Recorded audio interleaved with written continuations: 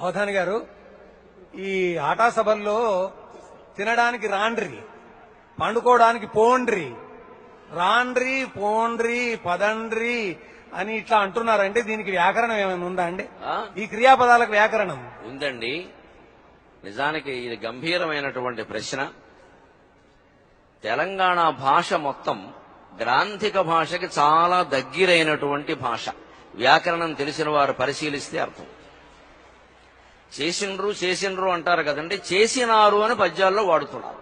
చేసినారు అది సరిగ్గా కొంచెం నా కింద రావచ్చు వస్తే చేసినారు అయింది. మనం నిష్పక్షపాతంగా మాట్లాడుకుందాం. నేను కవిని, నాకు భగవంతుడితో సమానం ప్రపంచంలో ఎవరైనా సరే, నాకు ప్రాంతాలతో నిమిత్తం లేదు. కానీ పక్కాగా చెబుతున్నా, ఎవరితో వాదించడానికైనా సిద్ధం. తెలంగాణ భాష శాస్త్రీయమైన భాష, గ్రాంథిక భాషకి చాలా దగ్గరగా ఉండే భాష.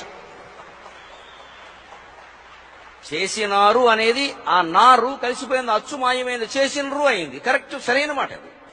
చేశారు అన్నప్పుడు ఏం జరిగింది? హల్లు మాయమైంది, అచ్చు మిగిలింది. అచ్చు మాయమైతే ఒక భాష, హల్లు మాయమైతే ఒక భాష అవుతుందా? నుడికారాల్లో భేదం తప్ప. తెలంగాణ ప్రాంతంలో భాష గ్రాంథికంగానే ఇంకా ఉండడానికి కూడా కారణం ఏమిటంటే, దిక్కుమాలిన ఇంగ్లీషు భాష ప్రభావం అక్కడ చాలా తక్కువ. సర్కారు జిల్లాల్లో ప్రవేశించారు ఆ ఆంగ్లేయ దుర్మార్గులు, అక్కడ మొత్తం నాశనం చేసేశారు. నోరు ఇప్పితే ఈవేళ ఇంగ్లీషు తప్ప తెలుగు లేదు ఎక్కడ. అక్కడ ప్రవేశించారు, బందర్లోనూ అక్కడి నుంచి మొత్తం అంతా నేర్పేశారు. అందుకని అక్కడ పదాలన్నీ మారిపోయాయి, ఆచారాలు మారిపోయాయి.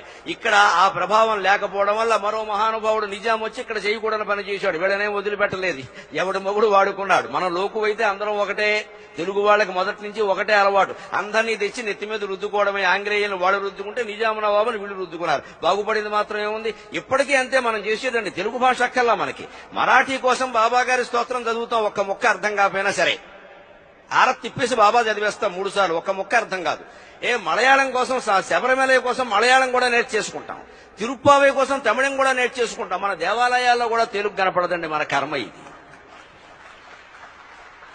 ఇతర భాషలని అన్నిటినీ మనం నెత్తినెట్టుకోవడంలో బ్రహ్మాండం అండి మనం. నిజంగా ఇతర రాష్ట్రాల్లో దేవాలయాలు మీరు గమనించండి, షిరిడీ గాని శబరిమలై గాని ఎక్కడ గాని దేవాలయాల్లో తిరుపతి మన వాళ్లే ఎక్కువ.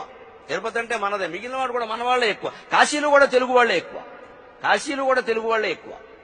మనకు ఆ ఇతరవన్నీ నెత్తిం పెట్టుకోవడం, మన దేవాలయాలు సహా మన భాష సహా మర్చిపోవడం. అందుకని దేవుడి దగ్గరైనా తెలుగు మాట్లాడకపోతే ఎక్కడ మాట్లాడతామండి? అందుకని భాషాపరమైనటువంటి విభేదాలకు పోవద్దు. ఎట్టి పరిస్థితుల్లో తెలంగాణ భాష చాలా గౌరవించవలసినటువంటి భాష.